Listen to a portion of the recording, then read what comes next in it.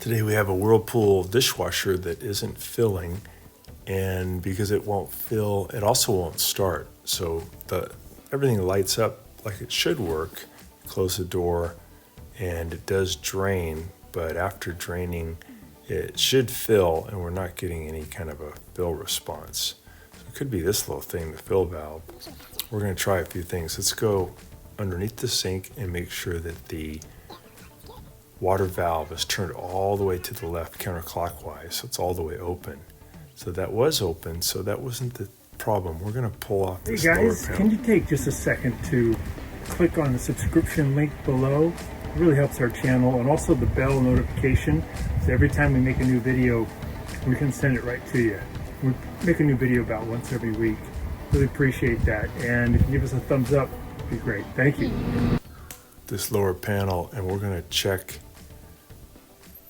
this fill valve. We also have some bonus material coming up at the end where we learn how to completely clean this dishwasher. I'm just feeling the valve to see if I feel it vibrate. It's not vibrating, so I added some water manually up to where the heating element is. I'm going to close the door, have it turned on, and see if I get any effect. So when I do that, the pump kicks in and does work. The dishwasher is doing everything it should, except it isn't filling. The other test here is I'll put in this cup at the bottom and see if it fills up with water, and it does. And I can hear it draining. So everything that should work is working except for the fill function.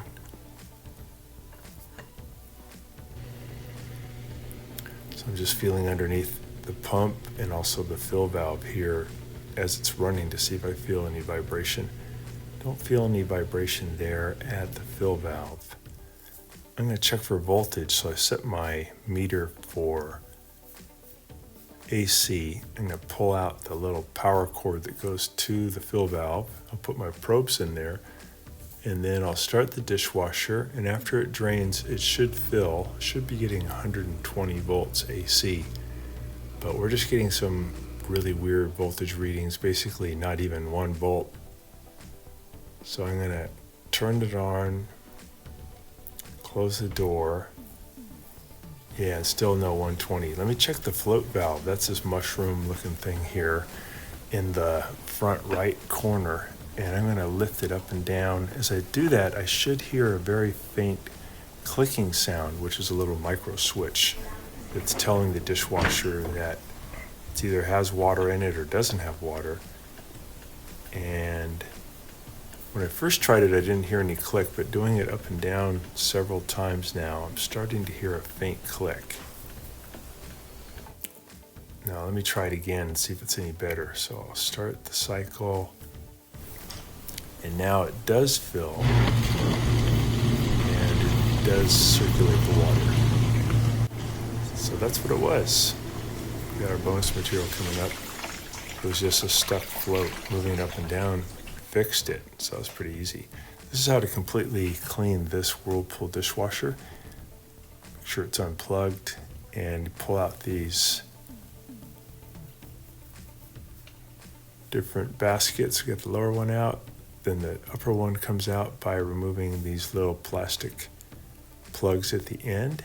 And push down, pull them out, and then once you get those out, you should be able to just pull out this upper basket. It's probably good to do this complete cleaning about maybe once every year. If you fully rinse your dishes each time before putting them in the dishwasher, you basically don't need to do this. But most people don't really wash their or rinse their dishes first, so a lot of food can accumulate. I'm going to take off this this lower spray arm by turning this little plastic nut and then spinning the arm off.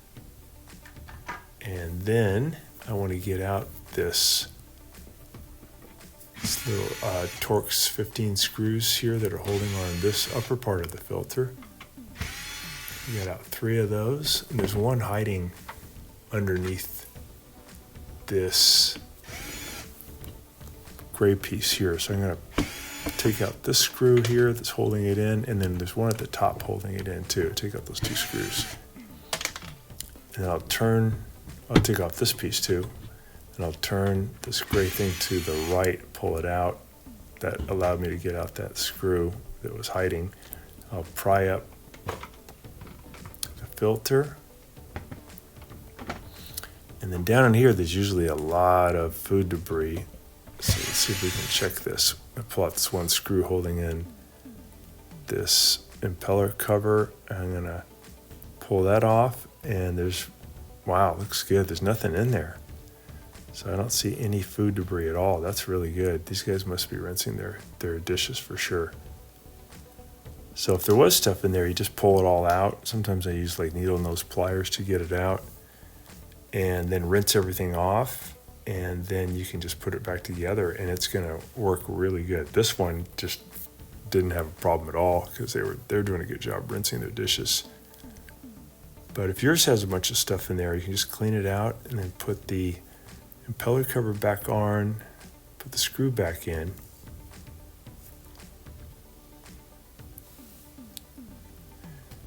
And this filter piece, you may want to just clean it up underneath the sink. So I'm just wiping down some of this kind of grease and junk that builds up on the underside of this filter. And then we're going to put the filter back in. We'll add the screws back in. Here's the model number for this dishwasher. And we're going to tighten those screws up. I believe they're Torx 15.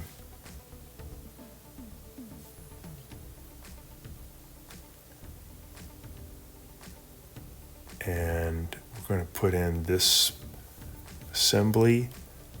So we're going to come in at a little bit of an angle at about 2 o'clock. And then we're going to turn it toward 12 o'clock. That'll engage some plastic lugs. We're going to push this in position, then we'll add those 2 little screws. One there and then one at the top.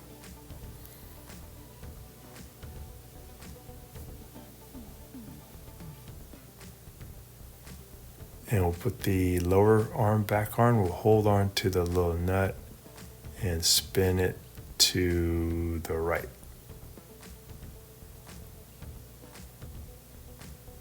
Make sure it stays on. There we go.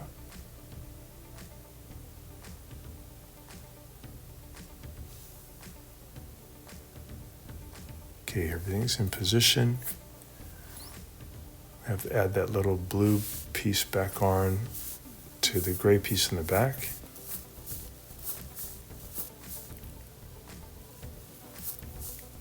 Just clips in. Thanks so much for watching our video. Please leave any comments or questions in the comment section below. We really appreciate that.